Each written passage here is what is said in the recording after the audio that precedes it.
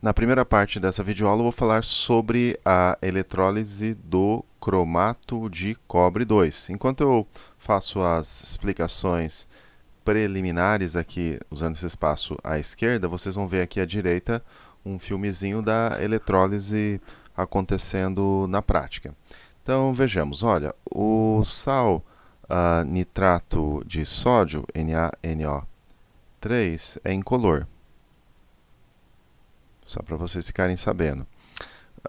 O cromato de sódio, Na2CrO4, é amarelo.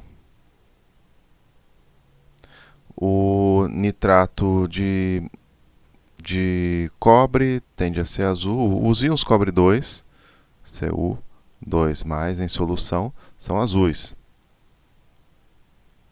Assim como os íons cromato, né? CrO4 2-, são amarelos. Então, cromato, CrO4 2-, amarelo, cobre 2, azul. Então, amarelo, azul, azul. Aí você tem lá o cromato de cobre 2, CuCrO4, que é verde. Joia, né? Então, você tem um esquema eletroquímico aqui, né? Aqui abaixo tem um desenho talvez até mais esclarecedor desse sistema eletroquímico. Então, pelo desenho, vocês viram que a parte esquerda ficou azul, a parte direita ficou amarelo e com uma velocidade maior, né? Agora vamos ao enunciado, né, e tentar entender o que aconteceu. Aliás, no finalzinho do filme você viu alguma coisa, uma maçaroca sendo formada aqui nesse eletrodo negativo, né? Não sei se vocês perceberam no finalzinho do filme. Vejamos, né? Tentar responder. Isso aqui, na verdade, não faz parte do conteúdo cobrado no ITA ou no IME, é mais um conhecimento geral. Isso aqui faz parte de uma prova do Enem, né? Isso aqui é um problema mais relacionado à condutividade. Condutividade iônica. Considere a célula eletrolítica em forma de tubo em H, preenchido com solução de nitrato de sódio, que é incolor, tendo eletrodos inertes mergulhados em cada ramo vertical do tubo e conectados a uma fonte externa. Então você tem uma fonte aqui. Eu vou antecipar que o fluxo de elétrons vai desse eletrodo aqui à esquerda para o eletrodo à direita.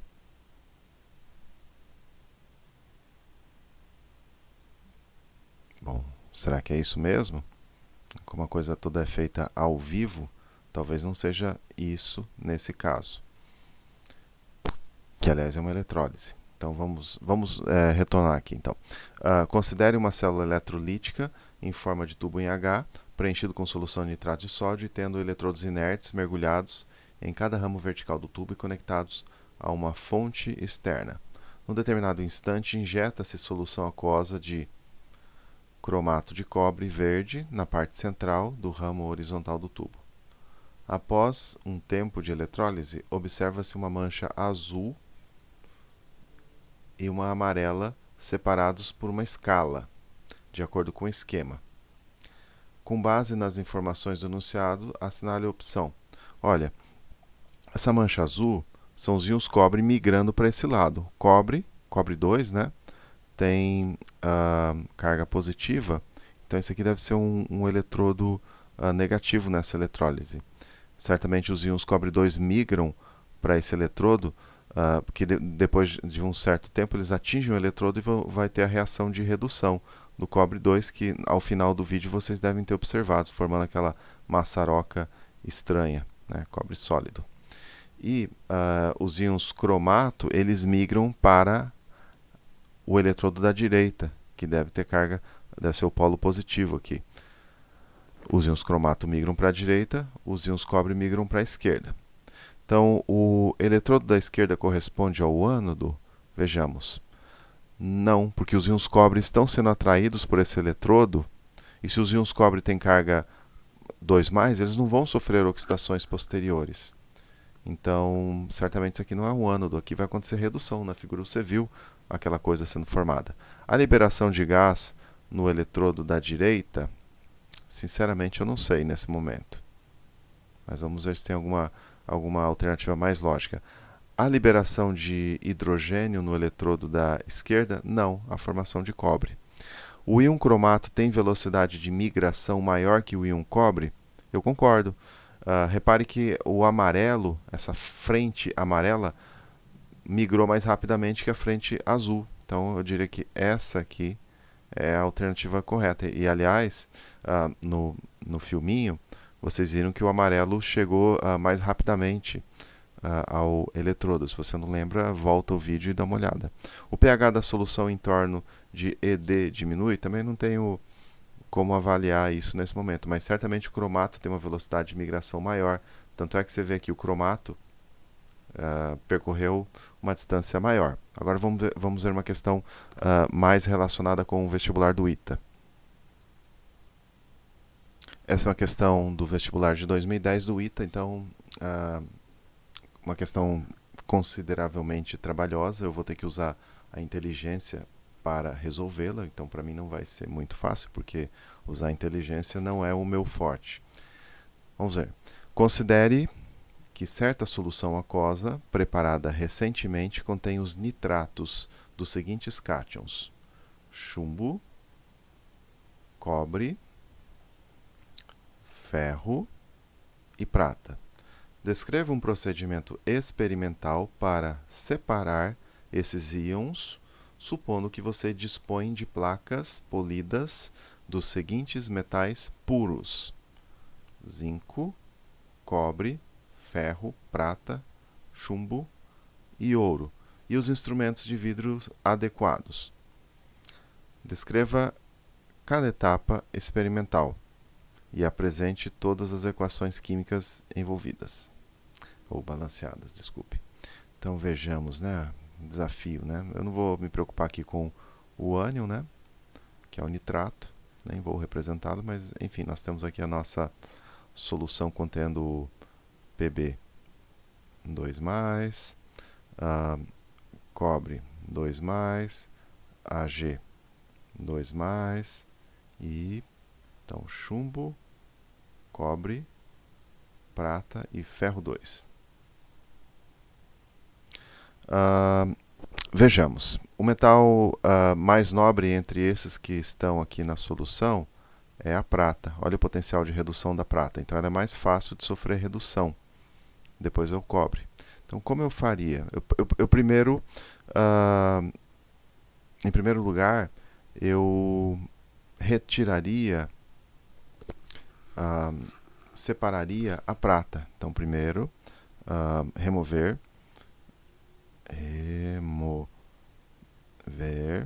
a prata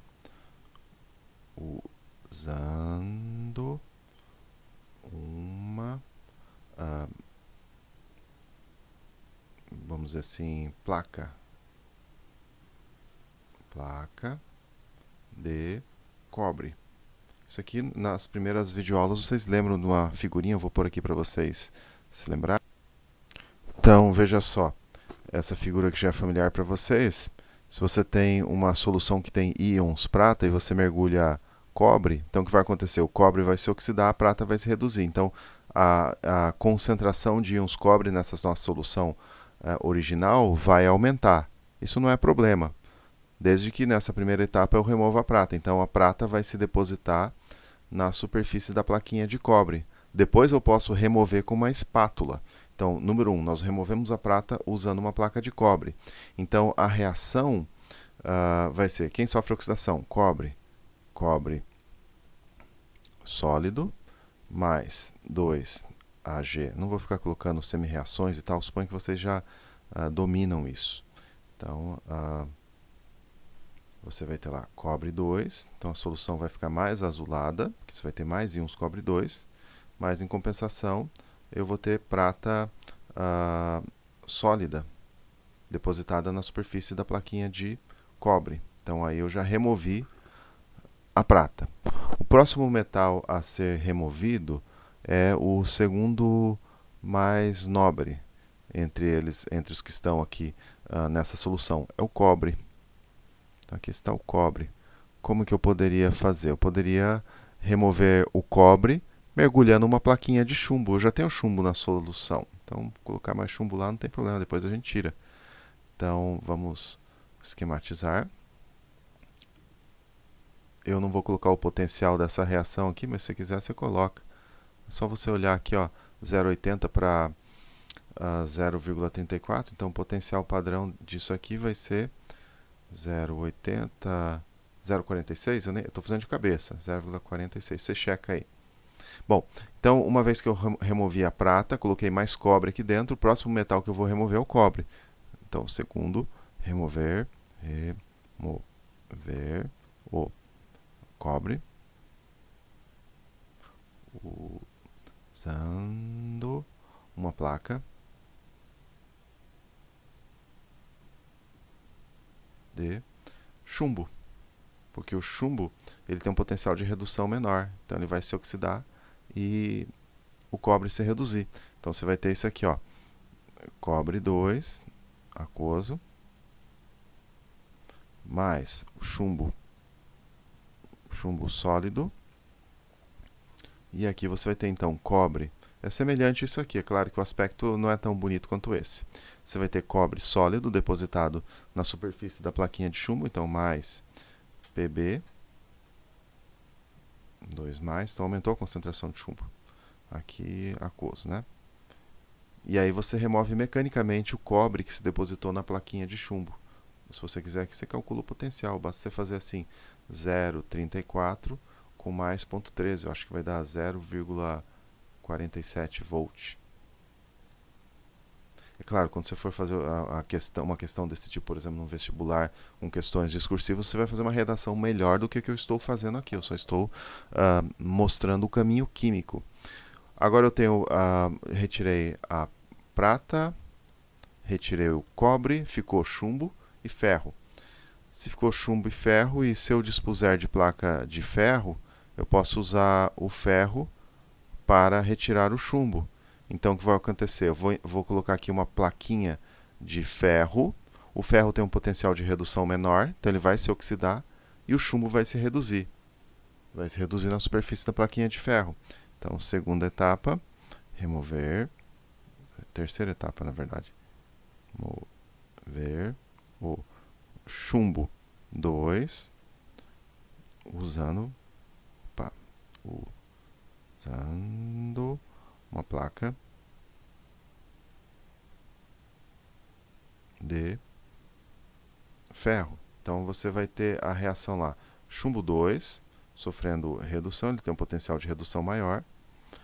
O ferro se oxida parcialmente, né? A extensão da oxidação do ferro, da plaquinha de ferro, vai depender da concentração de íons chumbo na solução. Aí você vai ter chumbo sólido, que se deposita na plaquinha de ferro, e ferro passando para a solução na sua forma oxidada. Aí você remove mecanicamente o chumbo sólido que se depositou na plaquinha de ferro. Se você quiser, você calcula o potencial disso aqui, vai dar alguma coisa bastante positiva. Porque é um processo espontâneo, então vai dar 0,44 menos 0,13, 0,31 aproximadamente, 0,31 volt. Por fim, você vai remover o ferro 2. Como é que você remove o ferro 2? Bom, se você tem uma placa de zinco, você usa para remover o ferro, porque o zinco se oxida mais facilmente. É claro que no final você vai ter uma solução contendo íons zinco, mas pelo menos você separou esses metais aqui, reduzindo eles seletivamente usando diferentes agentes redutores. Então você vai ter lá, remover o ferro com placa de zinco.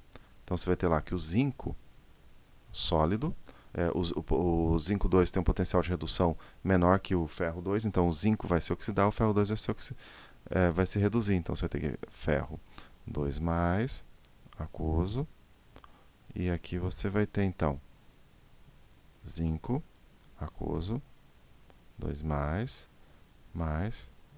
ferro sólido. E o potencial padrão disso aqui vai ser 0,76 menos 0,44, eu acho que vai dar 0,32, mais 0,32. Então, novamente, você tinha inicialmente uma... Vamos revisar isso aqui, né, para você entender bem. Voltar aqui e precisaria melhorar a redação, mas eu não estou com tempo, só estou mostrando o caminho químico. Então, você tem uma solução que contém íons chumbo, cobre, ferro e prata. E você precisa separar esses metais que estão na solução na forma de íons, usando os seguintes metais que você dispõe. Você dispõe de placas polidas de zinco, cobre, ferro, prata, chumbo e ouro. Você não vai usar o ouro, porque o ouro é metal muito nobre, não vai servir para nada aí. Então, quem tem o potencial de redução maior, o metal mais nobre dentre esses que estão na solução, é a prata. Então, você começa removendo a prata da solução usando uma placa de cobre. O cobre se oxida, a prata se reduz na superfície do cobre. Olha o desenho aqui. Aí você remove mecanicamente a prata que se depositou na superfície do cobre. Como o cobre se oxidou, aumentou a concentração de cobre na solução. Aí você usa a plaquinha de chumbo para remover o cobre. Aí aumentou a concentração de chumbo. Usa a plaquinha de ferro para remover o chumbo 2. Aí você remove mecanicamente o chumbo depositado na plaquinha de ferro. E por último você tem o ferro, que você pode usar o zinco para reduzir o ferro e depois remover mecanicamente o ferro depositado na plaquinha de zinco. Espero que você tenha entendido. Até a próxima.